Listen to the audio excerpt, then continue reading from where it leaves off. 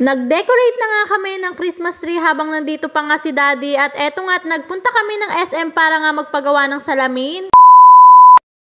Hello mga mawen! For today's video, tara samahan nyo naman po kaming mag-decorate ng aming unang-unang Christmas tree as a family. Hindi pa nga nagsisimula pero kitang-kita nyo na nga kung paano nga manggulo tong batang ito. Talaga namang nakikigulo siya at hindi nga pwedeng hindi siya makigulo mga mawe. Wala pa ngang 500 yung mga nabili naming mga decoration mga mi. Kasi nga, etong Christmas tree na napili namin, sakto lang, hindi ganong kalakihan. Si Daddy talaga yung may gustong-gusto nga na bumili kami ng Christmas tree. Ewan ko ba, dahil kay CJ, kaya nga namin to ginawa. Dahil simula nung maliit ako, hindi naman ako nakaranas ng mga ganitong mga Christmas tree. Hindi naman kasi ito uso sa pamilya namin. Charis. Iba rin kasi talaga yung nabibigay ng mga ganitong moment, lalo na nga't may anak na kayo. Syempre, isang beses lang naman sa isang taon ng magpasko, kaya naman gusto namin na maiparanas kay CJ yung Christmas. Kita niyo naman sa damit niya, hindi pa nga Pasko, pero pang Christmas na. Charis. Nabili ko nga pala yung damit ni CJ na yan, wala pa nga siyang 1-year-old noon, pero hanggang ngayon kasya pa rin niya. Paano ba naman kasi, nilakihan ko nga yung size ng pagbili ko noon. Going back nga mga mawe dito sa aming ginagawa, nilalagay na nga namin yung mga balls. Si Daddy talaga yung tutok na maglagay nga dyan at gustong-gusto niya nga yan at enjoy nga at nagmumukha nga lang akong extra dito. Hindi pa nga kami natatapos pero ginugulo na nga kami ng bata kaya nga tinawag ko na nga si Papa para nga laruin muna itong si CJ para nga madali na kaming matapos dito. Kumuha na nga rin pala ako ng upuan dyan dahil nga hindi ko nga maabot mga mi. Kitang-kita nyo naman, di ba?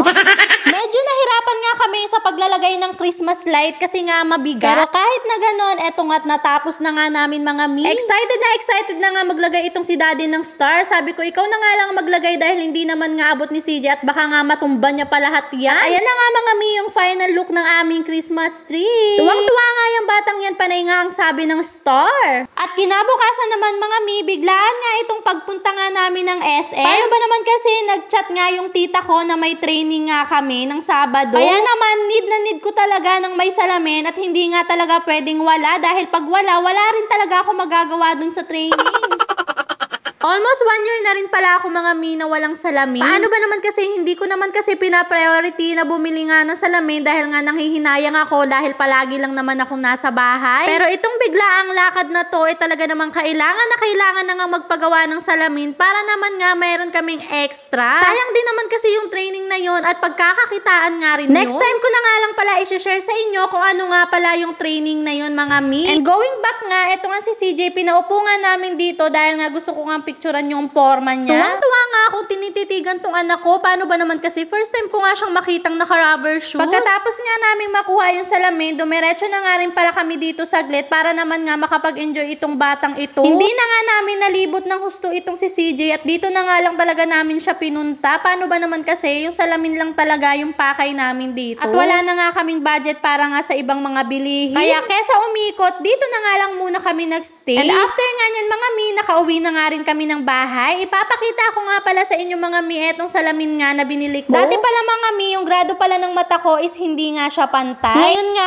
nagpantay na. Ang kinagandahan nga dito, bukod sa nakuha ko nga siya agad, may 1-year warranty pa nga ito. O siya mga mi, maraming salamat sa panonood.